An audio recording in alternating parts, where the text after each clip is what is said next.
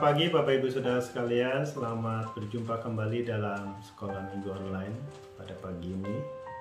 Saya berharap Bapak Ibu dalam keadaan sehat dan baik pada saat ini.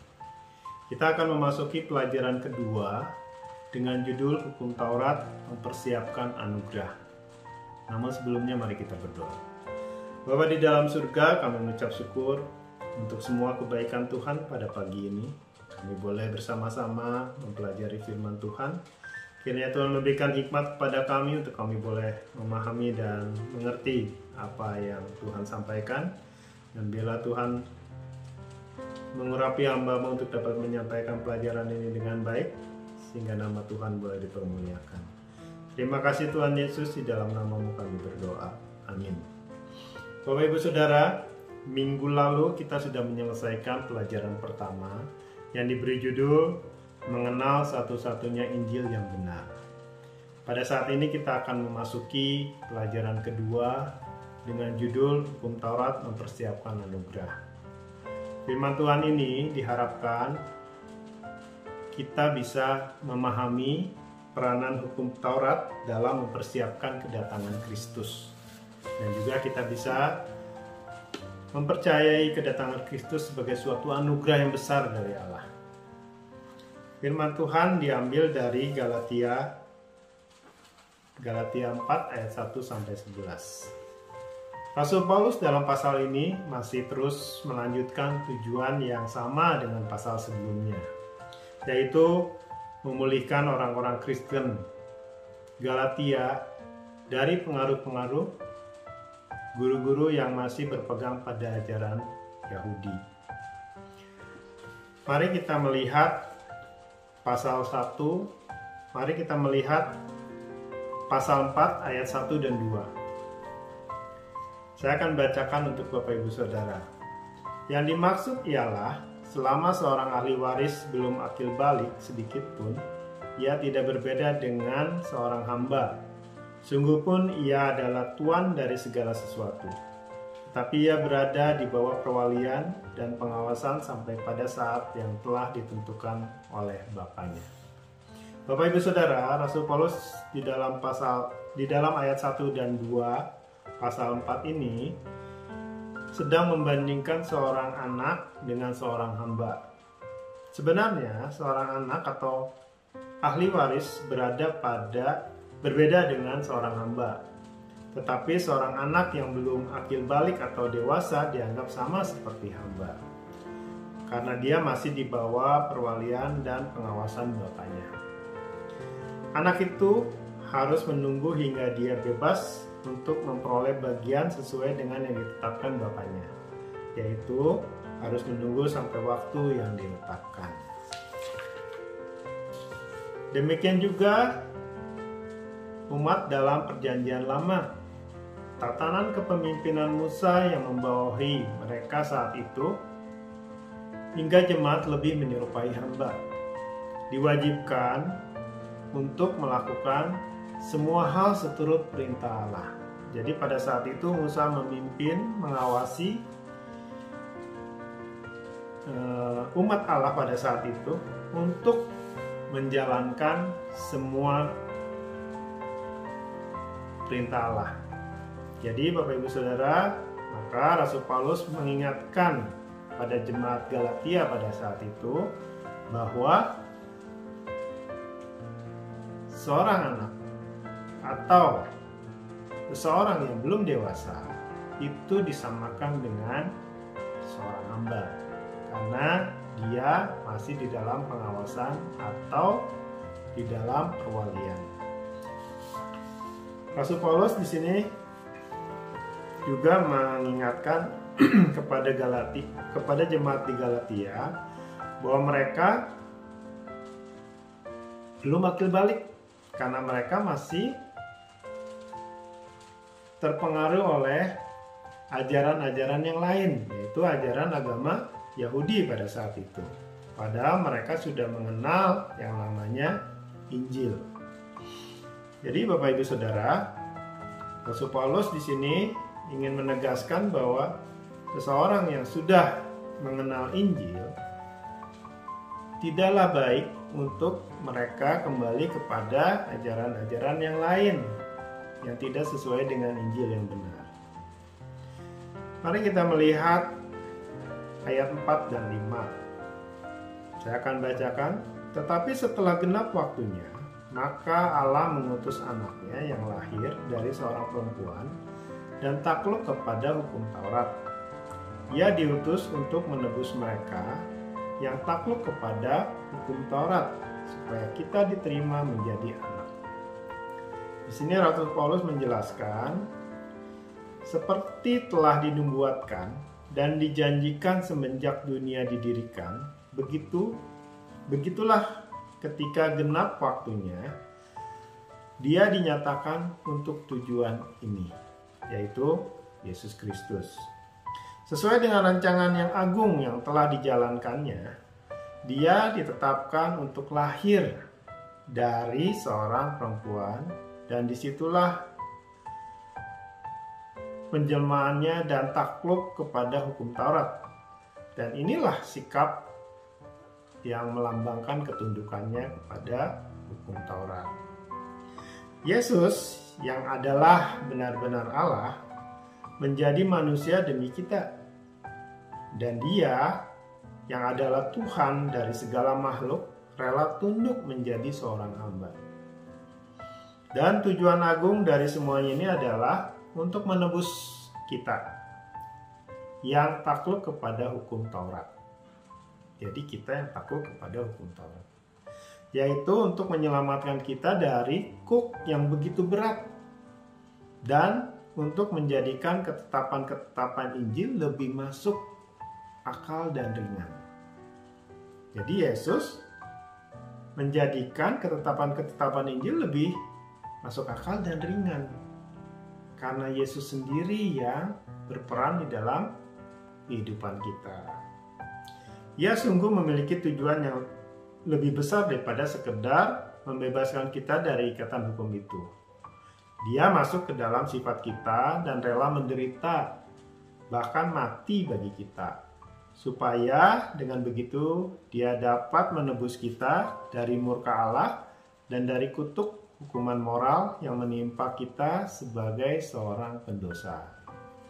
Jadi Bapak Ibu Saudara, Yesus mempunyai tujuan besar, yaitu untuk menebus kita sebagai orang-orang yang berdosa.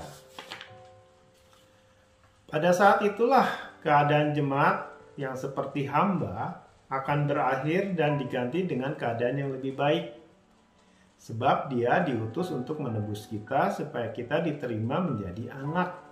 Yaitu supaya kita tidak lagi dianggap dan diperlakukan sebagai hamba, tetapi sebagai anak-anak yang tumbuh dewasa, yang dikaruniai dengan kebebasan yang lebih besar dan dilimpahi dengan hak-hak istimewa yang lebih besar daripada ketika kita ada di bawah perwalian atau pengawasan. Jadi, pada saat Yesus datang, pada saat Yesus menebus dosa-dosa kita supaya kita diterima menjadi anak-anak Allah.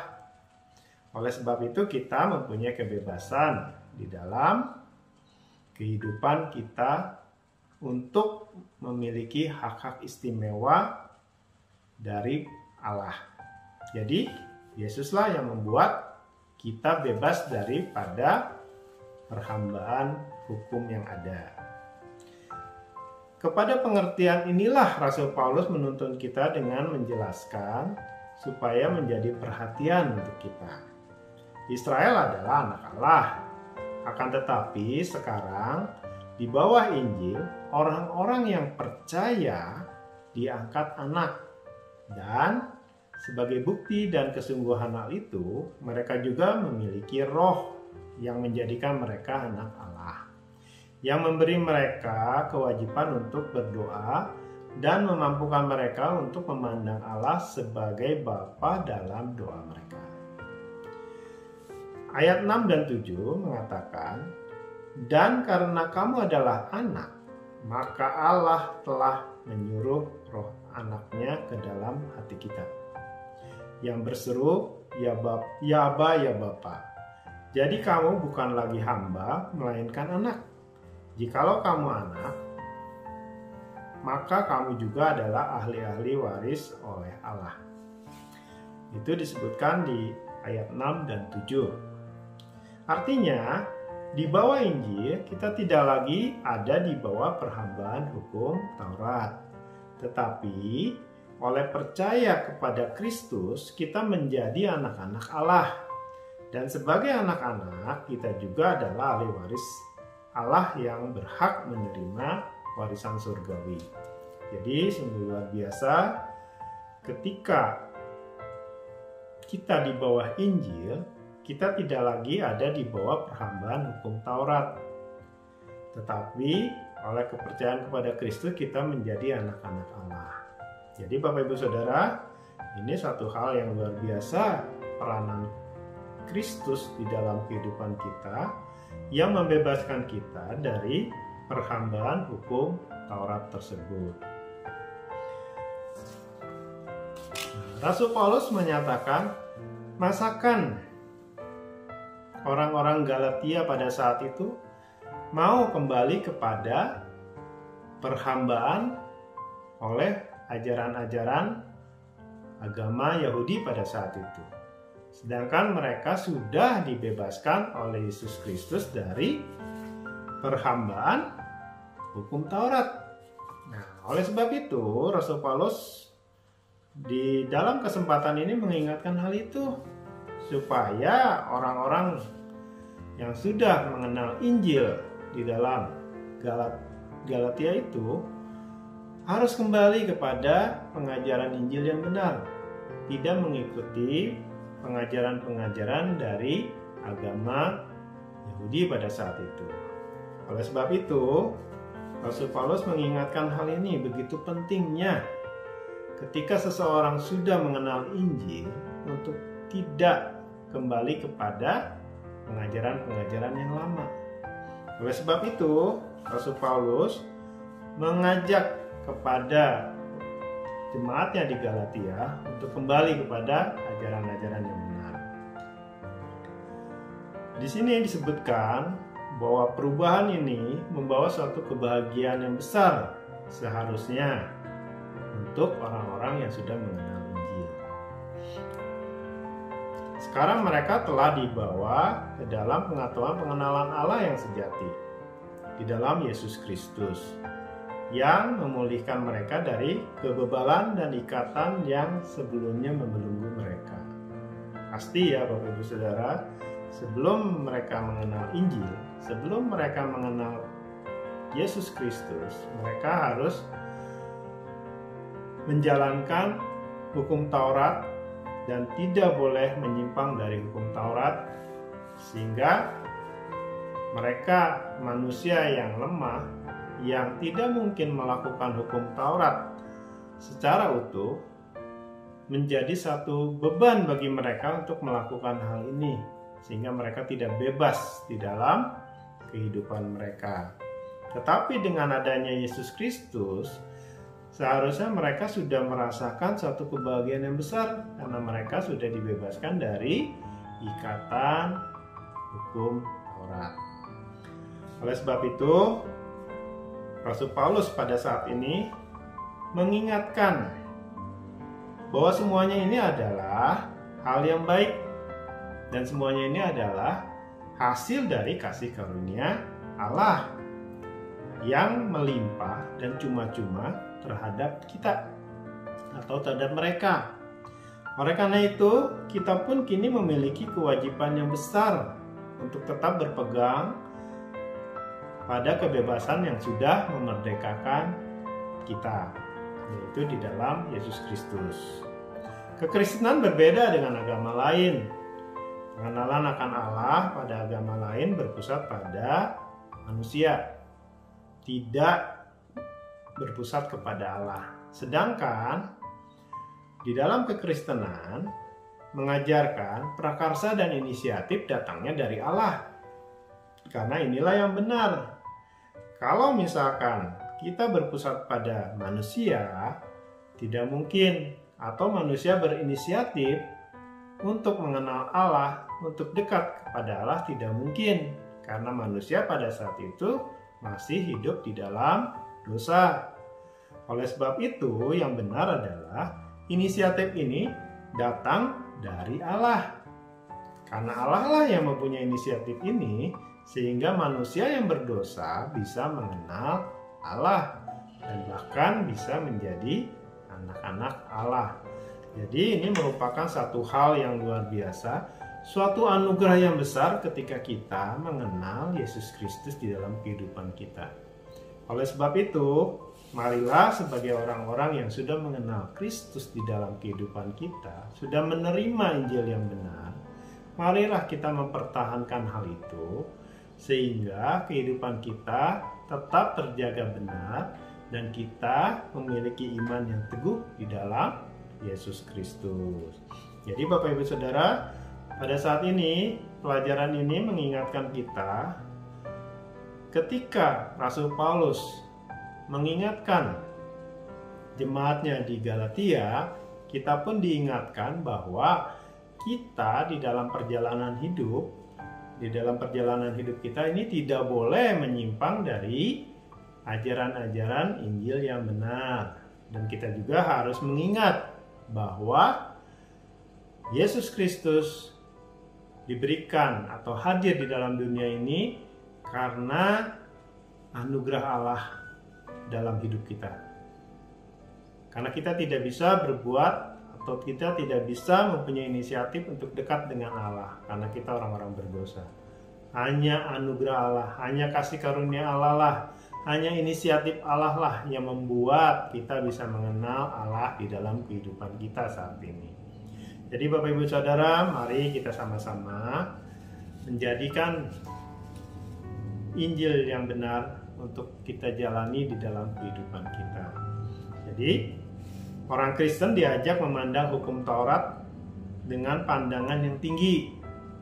Hukum Taurat itu adalah penuntun dan pengawas manusia yang dipersiapkan untuk dibenarkan oleh iman di dalam Yesus Kristus. Jadi hukum Taurat harus dipandang sebagai sesuatu hukum yang tinggi. Karena di dalam hukum Taurat kita dituntun dan diawasi sebagai manusia yang dipersiapkan untuk mengenal Yesus di dalam kehidupan kita. Jadi mari Bapak Ibu Saudara, kita bersama-sama mempertahankan pengajaran yang benar di dalam Injil yang benar dalam kehidupan kita, untuk kita bisa tetap di dalam iman yang benar dalam Yesus Kristus. Mari kita berdoa. Bapa di dalam surga, terima kasih untuk semua kebaikan Tuhan. Kami boleh diingatkan untuk kami mengucap syukur untuk semua anugerah Tuhan yang diberikan kepada kami, sehingga kami boleh mengenal Allah di dalam kehidupan kami, dan kami boleh menjadi anak-anak Allah karena kami mengenal Yesus Kristus dalam kehidupan kami. Terima kasih Tuhan Yesus, kami menyerahkan kehidupan kami ke dalam tangan Tuhan. Kiranya Tuhan memberkati setiap kehidupan kami masing-masing. Di dalam nama Yesus Kristus kami berdoa. Amin. Terima kasih Bapak Ibu Saudara, Tuhan Yesus memberkati.